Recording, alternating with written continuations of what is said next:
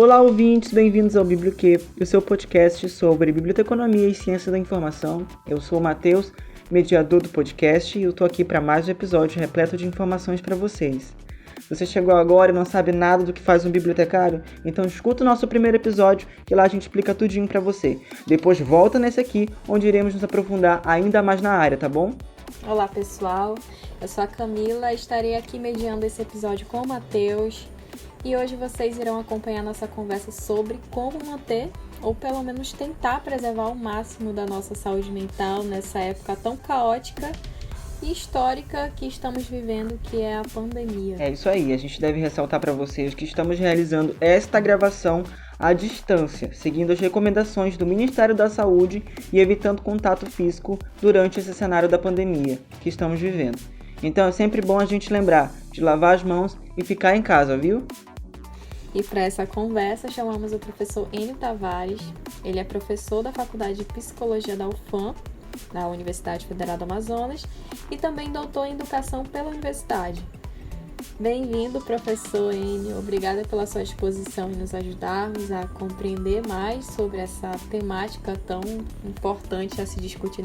Para começarmos, vamos falar de modo geral sobre o que é a dita saúde mental. Entender, né? A gente pode iniciar pontuando que a saúde mental faz parte de uma pessoa que consegue equilibrar os seus sentimentos, possuindo um bom autoconhecimento e também tendo maior facilidade em identificar e controlar os anseios ou qualquer outra emoção desconfortável que cause uma certa dor, né, psíquica em cada pessoa.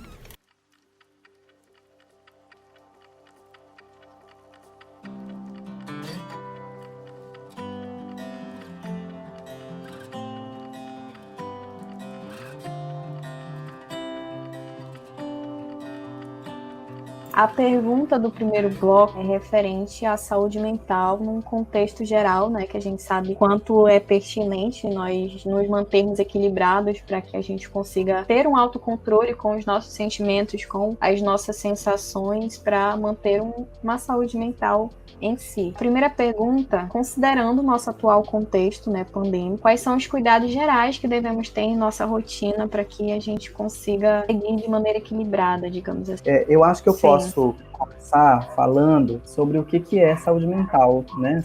Você falou, inclusive, sobre ter esse autocontrole. Acho que ter autocontrole é uma das, talvez uma das características da saúde mental. Mas, dependendo, assim, da complexidade, né? E de como esse autocontrole aparece numa determinada subjetividade, às vezes o autocontrole também pode implicar uma perda da saúde mental, né? Quando a gente pensa assim em tantas pessoas que tentam controlar a si, né? E não dão espaço para um bocado de outra coisa que, por exemplo, requerem a espontaneidade, né? Então, nesse sentido, o autocontrole ele é uma das possibilidades de se pensar a saúde mental. E eu acho que é bem legal, então, esse espaço, que a gente pode tocar nesses pontos, né? Que são aparentemente fáceis de debater, mas que exigem da gente uma reflexão, né? Uma compreensão, talvez, um pouco mais sofisticada, né? E complexa mesmo do que seja a saúde mental. Então, só para a gente começar o nosso bate-papo, eu posso dar uma dimensão do que é isso, né? Esse tema complexo, né? E esse termo de difícil definição que é a saúde mental e que conta com duas palavras, né? Uma é saúde e outra é mente, né? De mental. Para a OMS, a saúde, ela seria um estado, e isso é OMS, tá? Um estado de completo bem-estar biopsicossocial, né? Antes dessa ideia, tinha uma ideia de que saúde era ausência de doença, né? Hoje em dia a gente tem uma outra discussão. É a mente enquanto um fenômeno concreto a ser debatido. Então, talvez, e alguns desses grupos teóricos vão preferir usar os seus equivalentes, como emoções, memórias, percepção, sensação, linguagem. juízo da realidade, consciência, vontade, né? Tudo, por exemplo, nos ajuda a pensar aquela ideia que você trouxe, a ideia de autocontrole, né? Então, o conjunto dessas que nós chamamos de funções psíquicas, né? Funções psicológicas. É o conjunto dessas funções que vai um pouco ser o equivalente do que a gente chama de mente e que, em termos mesmo, assim, de uma leitura da saúde mental, é o que a gente avalia, digamos, né? Numa certa tendência opcional para pensar se a pessoa tem ou não saúde mental, né? Ainda é uma questão também questionável, mas é o que mais ou menos se tem também como horizonte, só para você entender que isso que a gente chama de saúde mental é uma questão de difícil consenso, tá? E não acho que deva ser exatamente um consenso, a não ser, né, do ponto de vista operacional é importante para a gente discutir, sim. Mas às vezes uma certa polifonia nos conceitos, ela garante a riqueza, né, da discussão. E acho que a saúde mental, ela é um campo que não pode perder a sua riqueza da discussão. Né? Pensar, por exemplo, se pensar em saúde mental e você não pensar, por exemplo, nas pessoas que estão com Covid, porque quando você pega Covid, ou quando você pega um resfriado, uma gripe, qualquer coisa, né? Você fica abalado subjetivamente, né? Dá para pensar que a saúde mental está incluída na saúde integral, na saúde maior, né? Na saúde, né? Sem um adjetivo que vem depois, muitas vezes, né? Até as pessoas que não pegaram Covid, mas as pessoas que estão, a gente está nesse momento, né? E começa, que a saúde de todo mundo está debilitada, a nossa saúde também fica, porque a gente está nesse coletivo, não é? Tem uma ligação direta, né, entre saúde mental e saúde. Né? O que a gente tem dito é saúde mental é saúde, para incluir nessa discussão. Sim. Por exemplo, uma saúde mental prejudicada também está associada a mudanças sociais, né? É o que a gente está vivendo agora, né? A condições de trabalho estressantes, a discriminação de gênero, enfim, ela é um complexo de coisas, tá? Mas eu acho que o que você pergunta tem uma relação com o meu primeiro conceito de saúde mental. Eles estão associados, né? Mas eu acho que tem a ver, quando você pergunta de como superar, de como ter um certo controle, etc., né? Que tem a ver muito mais com esse primeiro modelo, né, que está mais centrado no individual. O que eu estou querendo propor para vocês, né, é que essa dimensão individual está diretamente associada à dimensão sociocultural, comunitária e tudo mais, né? O DSM-5 vai dizer assim, o critério é assim, ó, quando esses sintomas eles causam algum tipo de sofrimento significativamente clínico, na verdade, né, quando o profissional olha e percebe que é um sofrimento importante, ou prejuízo no funcionamento social, se a pessoa não consegue conviver socialmente, né? Profissional, ela não consegue trabalhar, e em outras áreas importantes da vida do indivíduo, né? Quando há algum prejuízo assim, muito importante nessas áreas, a gente pode já sinalizar como algo que precisa de maior cuidado, né? Então, só para a gente ajuda de um profissional, né? Quando a saúde mental acaba atrapalhando a vida dela, a gente começa a olhar mais com cuidado em relação a essas coisas, né? Quando começa ali a impedir do indivíduo fazer as coisas que ele gosta, pode ser assim, e impedir de maneira funcional, né? Assim, significativa, né? Quando ela não consegue mais fazer nada, né? Não consegue trabalhar, não consegue amar, né? Não consegue sair de casa, enfim, não consegue criar, né? E isso pode ser uma coisa que a saúde mental está fazendo algumas coisas relacionadas a isso, e em algumas coisas eu li que a saúde mental está relacionada com a própria pessoa, com o próprio pensamento dela de se auto-sabotar ou de se auto-prejudicar. Isso pode ser ou não.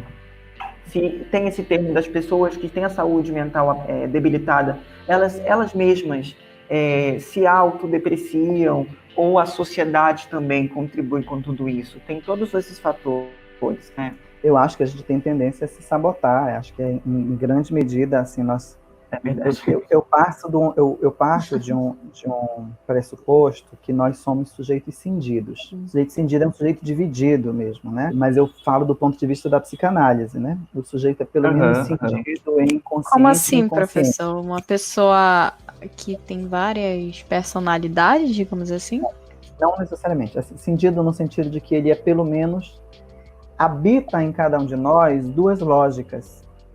Uma lógica que é consciente e a outra lógica que é inconsciente, que a gente não sabe exatamente qual é, né? Então, na maioria das vezes, quando a gente pensa em sabotagem, a gente está associando a essa segunda lógica, que é como se fosse uma lógica por trás, né? Por exemplo, a gente diz que quer emagrecer, mas alguma coisa dentro da gente faz a gente comer pra caramba, né? A gente diz que quer um determinado... No caso é o consciente, né? O inconsciente, né? Os processos inconscientes. A gente diz que a gente quer um determinado cargo, sei lá, mas tem ou algum sonho, alguma coisa que a gente deseja, mas tem alguma coisa por trás que faz com que os nossos comportamentos, os nossos investimentos e energias, eles se caminhem para o contrário disso, né? Então eu acho que sim, que é possível que tenham muitas sabotagens e que isso é parte da nossa subjetividade. Eu acho que a gente é sujeito contraditório, paradoxal e essencialmente cindido. Mas isso é uma visão também dentro da psicologia. Isso não é dominante dentro da psicologia. É uma visão que, por um acaso, eu tenho e que acho que explica um pouco essa sua fala. Eu sou um pouco reticente de pensar que isso é só do indivíduo, tá? Eu acho que tem uma trama com o social que também ajuda a gente a pensar, né? Mas se for para responder se tem ou não, tem, né? A gente tem, então, a capacidade de se sabotar. A gente talvez não precisasse, porque a gente tem uma sociedade que já nos sabota, né? Assim como talvez a gente tenha um sentimento de culpa que é profundo dentro de nós, a gente de alguma maneira se sente muito culpado por qualquer coisa, e aí a gente pode entender que essas pistas estão na cultura. A nossa cultura é uma cultura de vigilância, a nossa cultura é uma cultura que propaga o pecado, né? E que a gente está errado, que nasceu errado já, né? Então, a gente está numa cultura que é impossível a gente não se sentir culpado, né? Então, esse processo de culpa, ele está localizado no indivíduo. Sim, né? Os sujeitos se sentem culpados, inclusive se a gente pensar em termos de sabotagem, né? Não me sinto merecedor de uma vida melhor, né? A vida que eu devo ter é uma vida que vai ser depois da minha morte, no paraíso, em qualquer lugar que seja, né? Aqui é sofrimento. Então, se a gente pensar que esses discursos nos habitam profundamente, é fácil, relativamente fácil de entender a lógica que opera por trás, mesmo que a gente diga que quer muito, né? Então, eu sempre tendo a pensar que é individual, mas a gente consegue fazer uma cartografia social. A gente culpabiliza o sujeito e diz assim, você não conseguiu porque você não quis, ou porque você se boicotou, você sabotou, e acho que... na maioria das vezes, né? Esse discurso sempre reina, né? A gente vai para a segunda pergunta, né, que era aquela, né, que quais são os cuidados gerais que devemos ter em nossa rotina, para que a gente tenha uma saúde mental muito boa, ou razoável? Eu acho que essa pergunta é uma pergunta bacana, né, para a gente pensar, mas eu não sei se a gente consegue responder assim tão simples, né? Porque eu acho que cada relativo, né? Exato, eu acho que cada um está autorizado a falar sobre quais cuidados, né, que você quer, né? Mas se adapta a você. Inclusive, isso é um tema muito interessante, viu, que vocês estão trazendo, que é o tema do cuidado. Esse tema do cuidado, ele foi explorado pelos gregos antigos como cuidado de si, que era uma volta para si, né, um retorno a si. A gente, se a gente pensar nessa ideia, né, cultural que a gente estava discutindo agora, parece que a gente sente culpa de estar cuidando da gente mesmo, né? Parece que a gente é meio egoísta, né, de estar fazendo isso. Na Grécia Antiga, o cuidado de si era um apelo a todo mundo. Todo mundo tinha que cuidar de si. E a lógica era que a gente só conseguia cuidar do outro se a gente conseguisse cuidar de si, né? E os gregos pensavam o cuidado de si como uma estética da existência, ou seja, eu, nesse exercício de cuidar de mim, pensava o que tornava a minha vida mais interessante, mais bonita, mais bela, e eu só conseguia decidir isso se eu tivesse um profundo comprometimento comigo, né? Com esse olhar, né? sobre mim, se eu me voltasse para mim mesmo. O termo chama epimeleia hiato. Me parece que o cuidado atualmente é um cuidado imposto, moralmente, inclusive, né? Se você tem que fazer, você tem que criar uma rotina, você tem que fazer tal coisa, você, né, assim, acabou a ética e acabou a vida bonita, né? Acabou a capacidade de eu escolher. Sim. Então, surgem vários manuais de como é que você tem que organizar a sua rotina, surgem várias dicas de como é que você tem que lidar no dia a dia, e que, na verdade, acabam simplificando o processo e tirando o sujeito da sua capacidade de criar, né? Então, eu acho que o mais interessante é a gente pensar contextos e analisar o contexto. Uma outra dica, acho que é importante a gente dar e vale a pena, né? Mas é dica, nunca imposição, né? Então, eu acho que uma coisa que aconteceu é que nós, e isso é a minha reflexão atual, né? É que nós tínhamos uma divisão simbólica que organizava a nossa rotina, né? Em torno de uma barreira imaginária entre as performances... Isso pós-pandemia, certo? Isso antes da pandemia, né? Ok. Existia uma barreira imaginária entre as performances do mundo do trabalho e o mundo da intimidade, né? Da intimidade familiar, enfim, da minha vida dentro de casa. Na maioria né, dos casos, né? Eu estou pensando nesse caso, né? Que é mais dominante.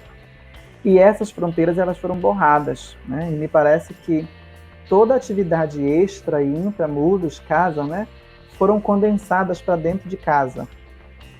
E de um jeito totalmente diferente, né? Porque dar aula dentro de casa é diferente de dar aula extramuro, né? Sim. O trabalho dentro de casa não é o mesmo que é o trabalho de fora. Então, assim, achatou... Estudar em casa não é o mesmo que estudar na escola. Então, eu acho que a primeira coisa é a gente pensar essa concepção de rotina, né? E a gente começar a delimitar, porque eu acho que isso tem sido uma confusão psíquica para a gente, tá? E um sofrimento também, né? E acho que seria talvez interessante a gente delimitar, começar a fazer essas delimitações, né? Por exemplo, delimitar um tempo específico para cada coisa, guardando o uso do tempo para o que não é trabalho, para o que é trabalho, né?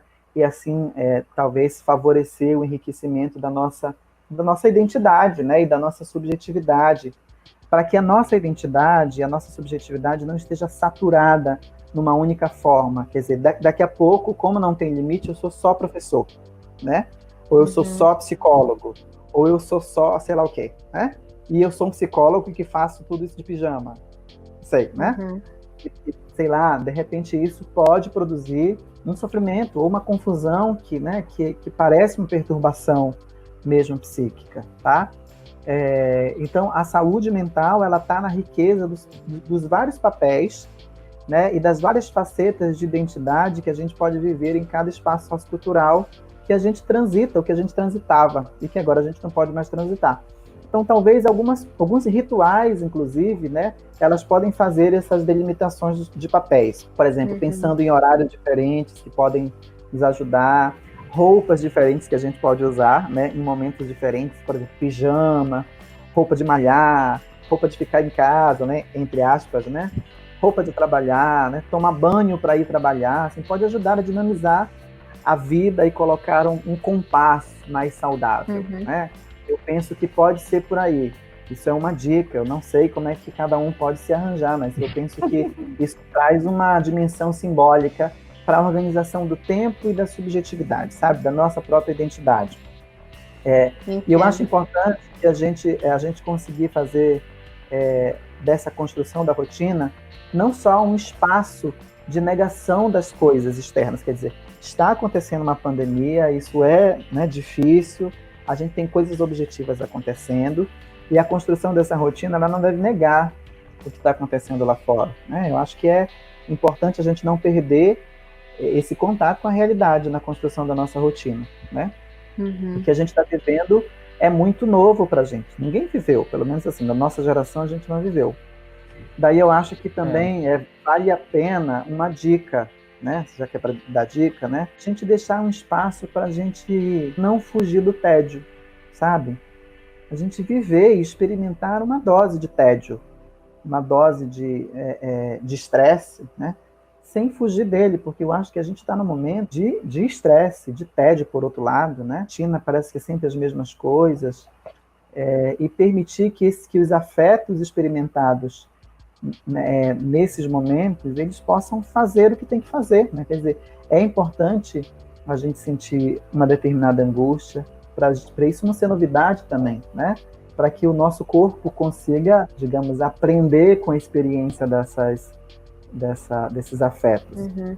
Eu acredito, professor, que a gente não consegue entender o tédio e normalizar o tédio no nosso dia a dia, porque com ele vem junto a procrastinação. Então, existe uma culpa de estarmos, uma autoculpa, né, de estarmos vivendo um momento em que você está ali sendo imposto a produzir, a manter uma rotina produtora, e que, infelizmente, não há uma normalização mesmo, de a gente manter um tempo só. Com o tédio vem a indisposição também, né? Vem a indisposição, vem a preguiça, vem a questão de, não tô afim de fazer, e aí acaba deixando as coisas pra lá e você vai vivendo isso, ó. Nessa quarentena, é o que mais vejo de pessoas não tendo...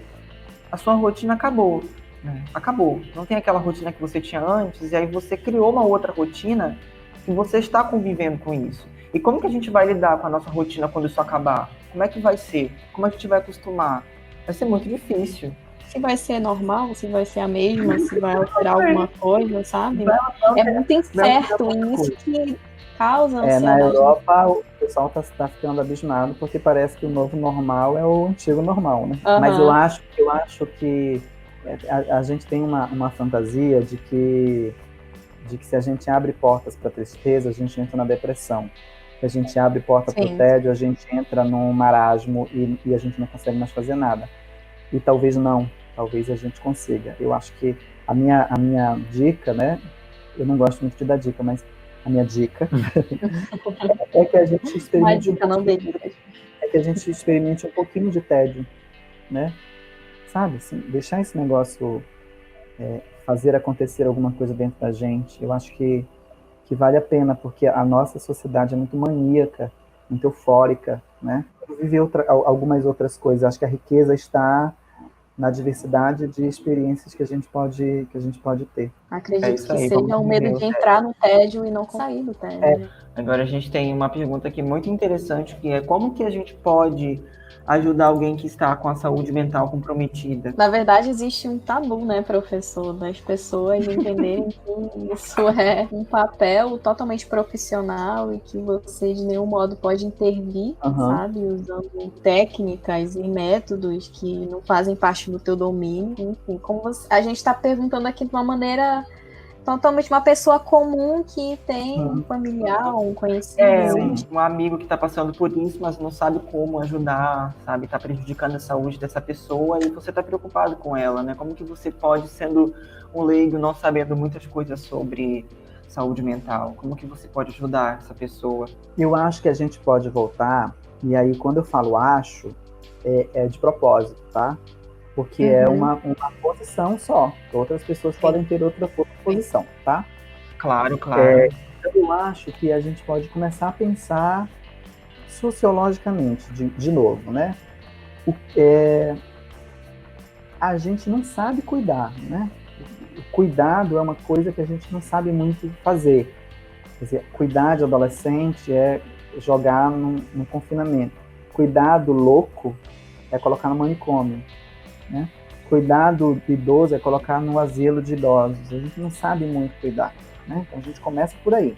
Mas isso se materializa de outra forma ainda, né? E sempre bom de ajudar alguém é ajudar a pessoa a elaborar as suas vivências.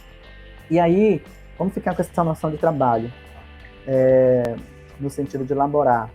Mas aqui na ideia de um trabalho psíquico que o indivíduo, esse sujeito que está aí, né, com algum tipo de sofrimento, esse trabalho psíquico que o sujeito precisa fazer sobre a própria vida e sobre as suas angústias, sobre a sua ansiedade, né? A gente está assim, vendo assim, explodir o número de pessoas com crises de ansiedade, né? Então, nesse sentido, seria ajudar o sujeito a fazer um trabalho mental, tá? dar espaço para que isso aconteça, para que ele consiga pensar sobre a própria angústia e trabalhar nisso, né? Porque quando você já vem com uma resposta pronta, você não dá espaço para o sujeito trabalhar nisso. Sim. Tem muita gente que diz assim, só quero ser ouvida, né? Não quero conselho. Às vezes o conselho não cabe, e aí a gente se sente pior, né? É como se... E a gente se sente pior mesmo, porque assim, a pessoa está dando conselho, e esse conselho a gente vê que não funciona com a gente. A gente se sente bem tá pior. elaborando o conselho a partir das experiências pessoais dela, né? Então, não funciona, né? Não funciona comigo. E aí o sujeito que está sofrendo sofre mais ainda, porque o outro está dando uma dica maravilhosa, genial, e eu simplesmente não sei usar, né? Então ele se sente mais deficitário. Então eu acho que a gente não precisa se precipitar, né? Às vezes isso tem um efeito iatrogênico. Iatrogênico é uma palavra médica, né, que diz tentando fazer o bem, o tiro sai pela culatra, tá? Então eu acho que a gente tem que ter paciência, né? A gente quer logo resolver tudo. Nós estamos numa sociedade em que tudo se resolve, né? Para tudo tem remédio, né? Não sei se é bem assim, né?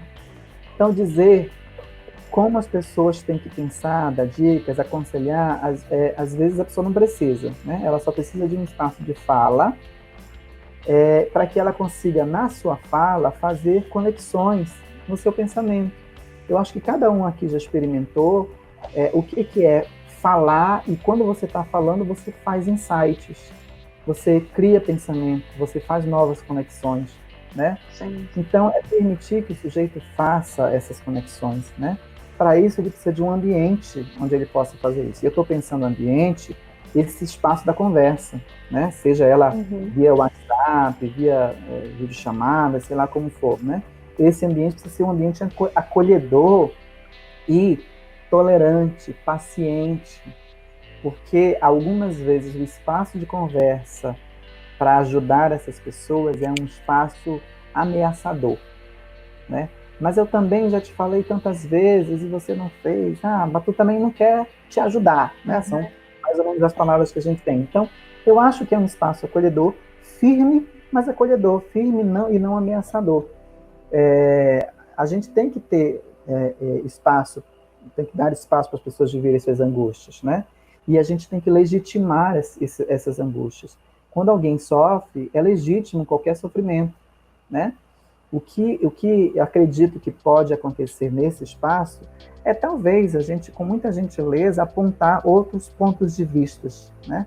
Que são diferentes e que podem, no sentido colaborativo, nunca impositivo, ajudar as pessoas. Você falou, né? do ataque de pânico, né? Eu acho que a gente pode fazer uma conexão com a quarta pergunta, que é relacionada a como apaziguar os momentos de pico. A gente está aprendendo aqui que, na verdade, não existe uma fórmula para a gente lidar com tudo isso, né? É extremamente relativo, pessoal mesmo.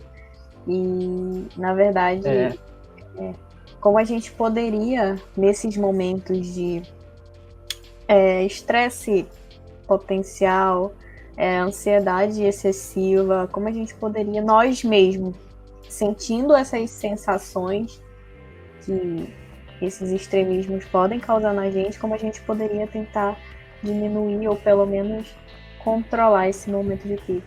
Só ia dizer que é muito pessoal, né? Essa questão do controle, de como a gente se controla. Cada um tem jeito, uns surtam, outros se calam, outros não sabem como resolver. Mas assim, vamos dar um geral, né? O que a gente precisa fazer para a gente se acalmar nesse momento? A primeira, assim, acho que a pergunta vale uma discussão. Assim, a pergunta é como ajudar alguém em momento de pico. E eu acho que vocês estão chamando de pico crises, né? Crises psíquicas. Isso. E as crises psíquicas, elas podem vir de toda forma, não só por meio da ansiedade, né? O que a gente tem visto é que o modo como a pessoa sofre tem sido potencializado na pandemia, tá?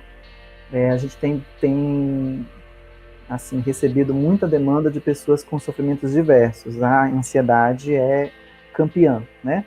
Mas, assim, num momento de crise, esse pico pode ser um pico de automutilação, de humor rebaixado, de humor irritado, de euforia, né? De somatização, né? A pessoa coloca para o corpo um determinado Professor, sofrimento. tem que ser necessariamente ruim? Em que Pico sentido? de algo? Eu acho que a pergunta é boa, assim. Pico pode ser bom? Pode, né?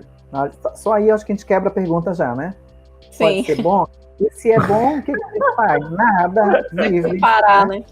Se é legal, continua.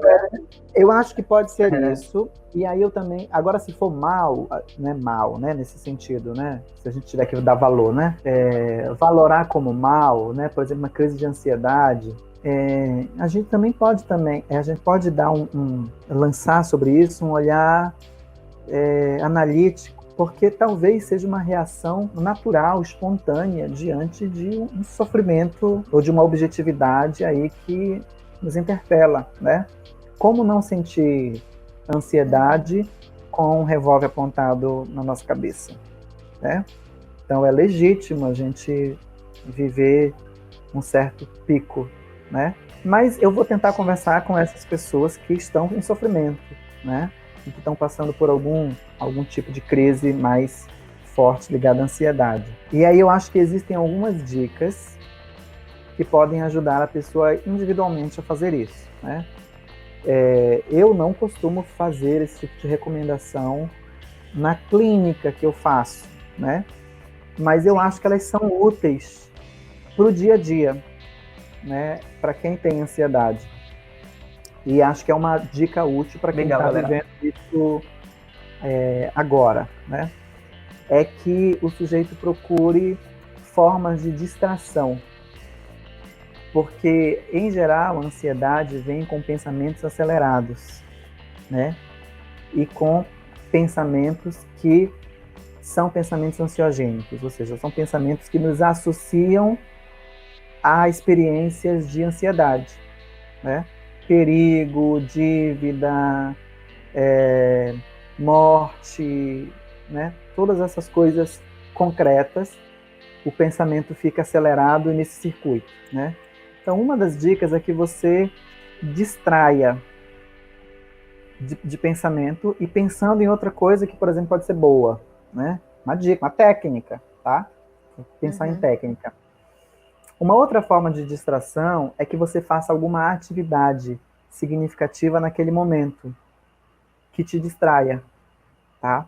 Então, sei lá, se você gosta de assistir um determinado seriado, vai assistir o seriado. Se você gosta de conversar com determinada pessoa na sua casa, converse com essa pessoa. Alguma coisa que tenha força para te distrair, né? Embora, às vezes, em crises muito agudas, essas pessoas não consigam, né?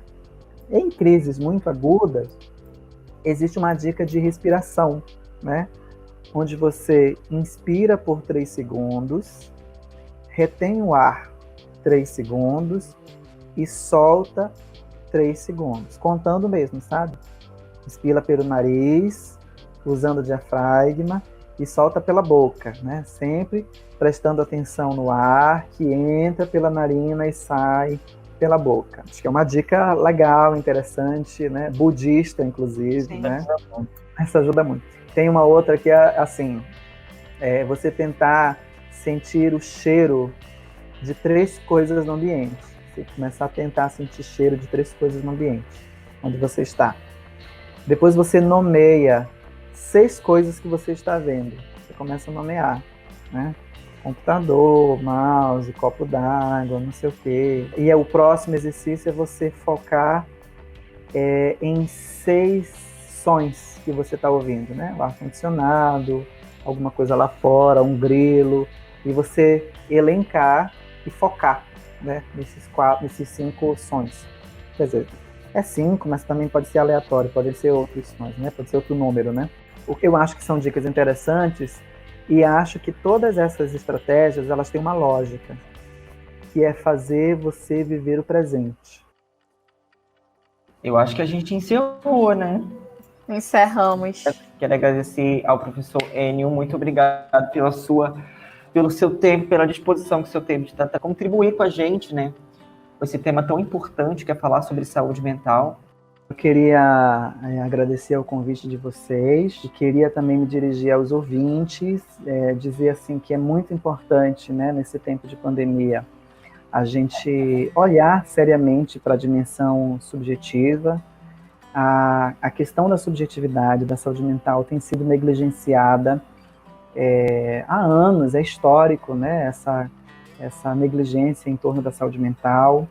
Acho que é um bom momento de a gente começar a refletir sobre a saúde mental do coletivo, né, e de começar a pensar em intervenções que alcancem o coletivo, que eu acho que essa entrevista, por exemplo, ela tem uma dimensão que é dessa intervenção do coletivo, né, para a gente pensar mudança cultural, para a gente ser menos preconceituoso em relação à questão, né, do sofrimento mental, do sofrimento subjetivo, e desejo, né, que cada um e cada uma consiga encontrar um jeito muito criativo de conseguir lidar com os efeitos da pandemia.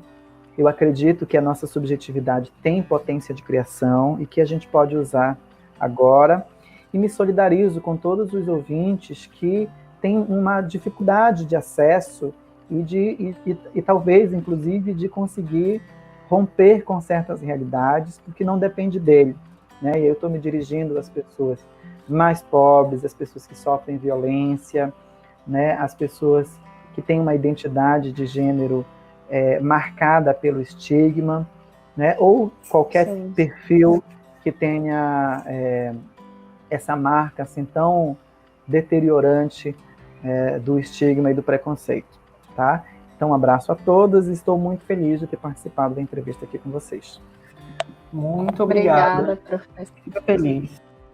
Obrigada, pessoal, por acompanharmos a gente até aqui. Obrigada, professor, pela participação e pela disposição. Esqueçam de nos seguirmos nas redes sociais. Nós estamos presentes no Twitter e no Instagram, @biblioque. E ouçam os nossos episódios anteriores, que tá bem interessante. Se cuidem, preservem a própria vida e a vida do próximo e vamos tentar lidar com isso da melhor maneira possível. É isso aí, galerinha. Tchau, tchau, beijo, até o próximo episódio.